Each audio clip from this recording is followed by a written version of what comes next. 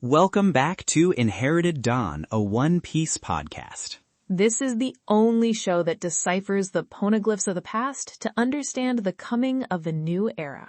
And today we are talking about chapter 203, It Seems So. And Robin, this chapter has a body count, or at least an attempted one. It has a betrayal 4 years in the making. Crocodile finally shows his hand, and it is lethally sharp. Lethally sharp is one way to put it. He straight up runs a woman through with his hook after she's been his right hand for years. Just cold, absolutely zero hesitation. It's the kind of chapter that reminds you that for all the fun and adventure, the stakes in this world are life and death. It's a moment that redefines the stakes of this entire arc.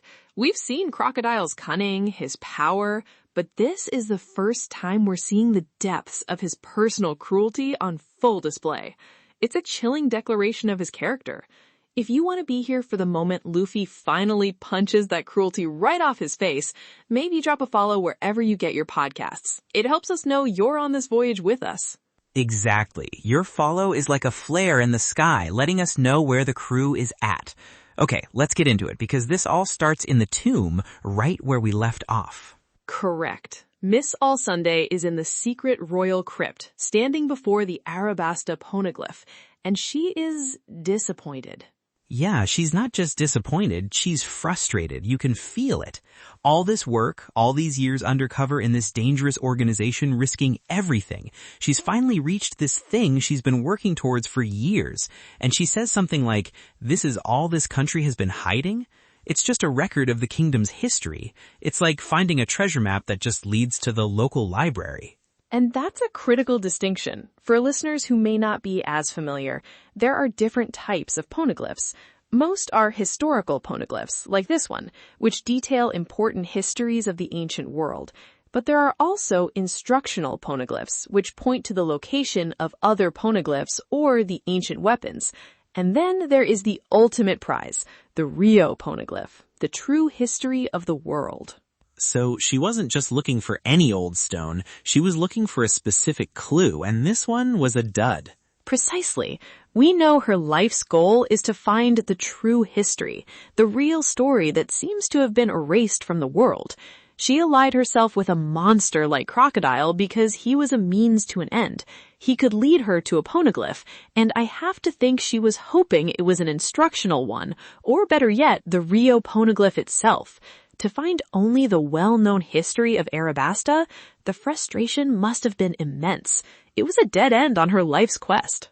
Imagine spending 4 years of your life planning the perfect heist to steal the world's most famous diamond, and when you finally crack the vaults, all you find is a really well-made cubic zirconia. You'd be crushed.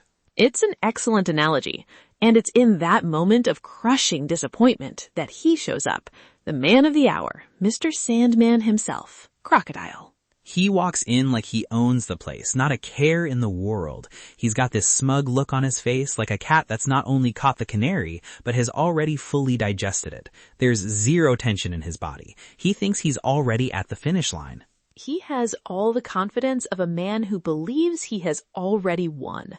He sees the poneglyph not as a sacred historical artifact, but as an instruction manual, a means to an end. He asks Miss All Sunday to read it aloud for him, as if he's asking an assistant to read his emails. And she does. She starts reading out the history of the kingdom, the lineage of the Nefertari family, the founding of Arabasta, and Crocodile just cuts her off. "I'm not interested in history," he says. All he wants to know is one thing. Where is the ancient weapon Pluton? From my perspective, that line is one of the most damning things he could say. To dismiss the entirety of a nation's history, the legacy of its people, all inscribed on this imperishable stone, as uninteresting, it reveals the sheer void at the center of his ambition.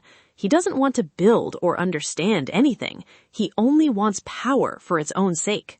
It's like finding the blueprints for the most beautiful ship ever designed and only caring about where they stored the cannons. You're missing the whole point, buddy. And that's the thing about Pluton, right? We barely know what it is, just that it's supposedly a ship that can destroy an island in a single shot. As a shipwright, that's not a ship. That's a doomsday device. It's a perversion of what a ship should be. A ship is meant for freedom, for adventure, not for that. It's the ultimate weapon, and he sees it as the ultimate key to power. And this is the moment, the turning point of their entire 4-year partnership. She looks him dead in the eye and tells him the truth. There's no mention of Pluton here. The air just goes out of the room. You can feel the temperature drop. Crocodile's whole plan, his entire 4-year operation in Arabasta, the civil war he orchestrated, the millions of lives he ruined, it was all for this. And it's a dead end. For a second, you think he's just disappointed, but then he changes. He doesn't get angry. He doesn't shout or rage the way so many other villains we've seen would. He gets calm, dangerously calm. He says their arrangement is over. He even praises her, saying she was an incredibly useful woman and her contributions were invaluable.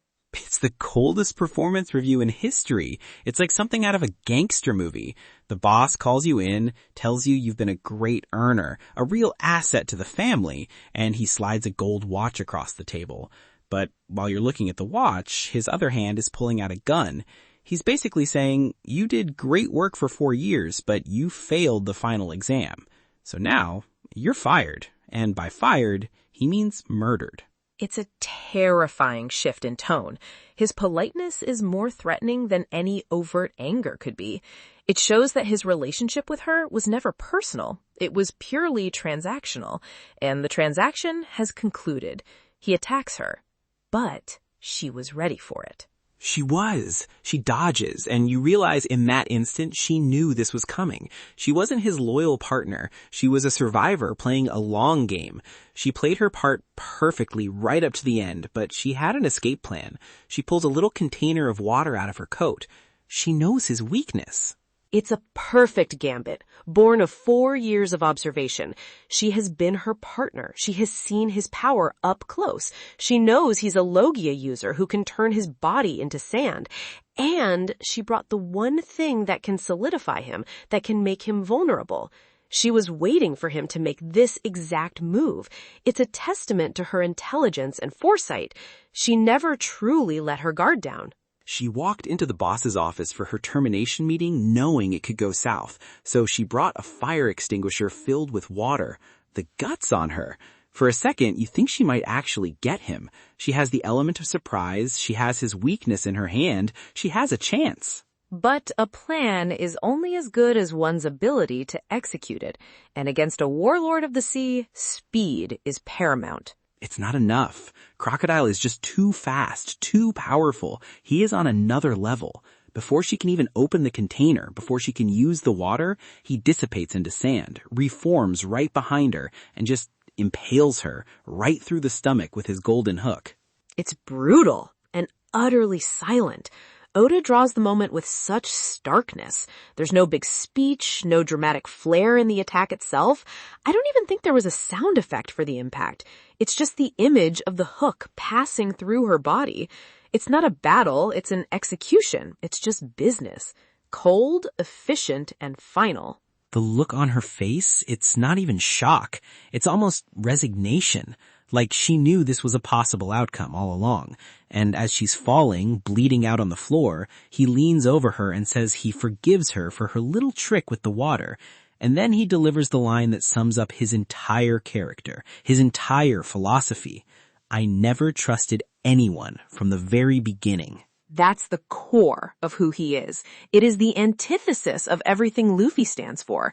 He used her, he used Baroque works, he used an entire country, but he never for a single second placed an ounce of faith in any of them.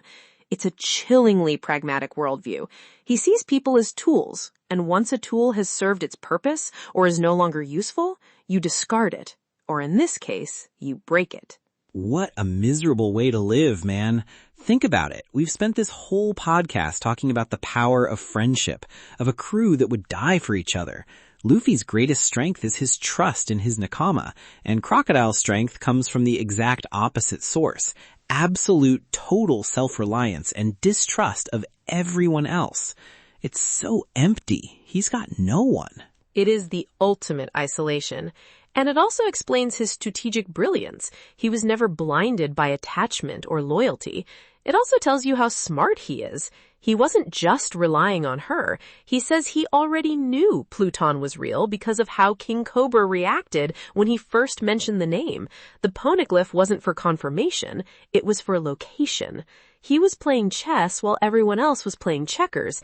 He didn't need the Poneglyph to tell him if it existed, just where. He played the long game, reading everyone's tells, so when Miss All Sunday tells him Pluton isn't there, he doesn't believe her for a second. He just assumes she's lying to keep it for herself. The idea that it might just not be there doesn't even occur to him because his distrustful nature won't allow it. And now he believes he can get that information from Cobra directly. With Miss All Sunday dying on the floor, she has become completely disposable to him. He moves on to his next tool. Man, what a way to go out. To be that smart, that prepared, to have a countermeasure ready, and still lose because your opponent is just that much more ruthless and powerful. It's a rough scene. And as she lies there, the whole tomb starts to shake, a rumble from deep underground. Crocodile, ever the pragmatist, immediately assumes the most logical cause. The bomb in the city square went off early. But it's not the bomb, it's the king. Cobra reveals he triggered a mechanism, a small pillar that's going to bring the entire crypt down on top of them. The guts on this man.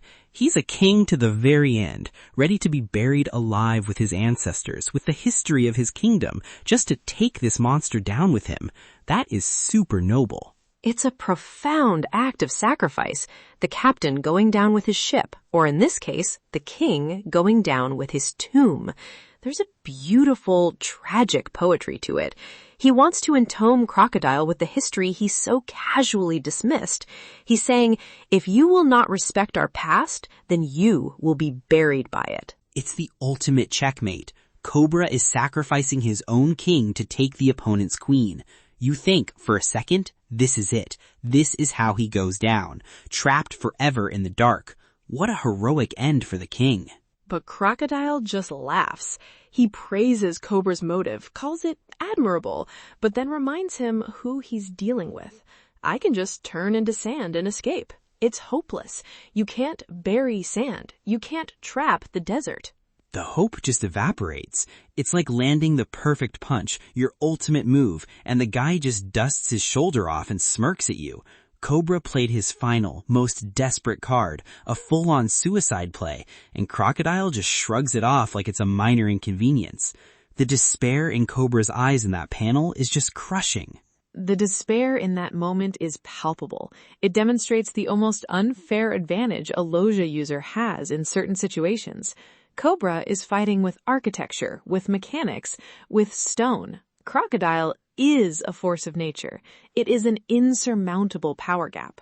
And then Crocodile just basks in it. He's won. He looks at his watch and says in 3 minutes the bomb will go off, the rebellion will have no leader, the royal army will be blamed for the explosion, and all of his problems will be solved. He's got a dying historian, a trapped king, and a country about to tear itself apart, all while he stands there completely untouched. He's won. He's actually won. From his perspective, every piece is in place. The Straw Hats are defeated, Miss All Sunday is dying, the king is trapped, and the country is about to fall into his hands. His 4-year plan has reached its perfect, bloody conclusion. It's just absolute villainy, pure, uncut, grade A evil. And while all this is happening underground, we cut back to the surface and the clock is ticking. 2 minutes left. The countdown is real. Vivi is running desperately through the war-torn plaza, trying to find the cannon. The paneling here is frantic, chaotic. You can feel her panic. She even trips and hurts her leg, but she doesn't stop. She just gets back up, ignoring the pain, pushing forward. This is what I'm talking about. This is that straw hat spirit. It doesn't matter how beat up they are, how much it hurts, they do not stop. That's not just a princess running. That's a member of the crew fighting for her home. She is frantically trying to calculate where Crocodile would have placed the bomb for maximum effect, thinking like her enemy. And Usopp is with her, trying to cover their escape. In the chaos of the battle between the rebels and the royal army, he gets hit by a stray bullet from one of the royal guards. It's a moment that underscores the senselessness of this conflict. He's shot by the very people he is trying to help. A stray bullet. In all this chaos, he takes a hit to the shoulder. And what does he do? Does he scream? Does he complain about how unfair it is? Nope. He doesn't panic. He just grits his teeth, turns around and fires a smoke star to create a diversion. He's protecting Vivi even while he's injured. That's a brave warrior of the sea right there. No doubt about it. It's in that moment of chaos that Vivi has her breakthrough. She looks up past the fighting, past the confusion, and she sees it. She figures it out. She knows where the cannon is. She screams out that she knows, and Usopp, without a single moment of hesitation, just trusts her. He doesn't ask, "Are you sure?" or "How do you know?" He just says, "Okay," and immediately loads his slingshot. That trust, bro, that is the core of this crew. It's the complete opposite of what we just saw underground with Crocodile. He trusts her with everything, instantly. Where Crocodile's philosophy is, "I never trusted anyone," the Straw Hats operate on the fundamental principle of "I always trust my friends." It's the central thematic conflict of this entire saga, distilled into two parallel scenes.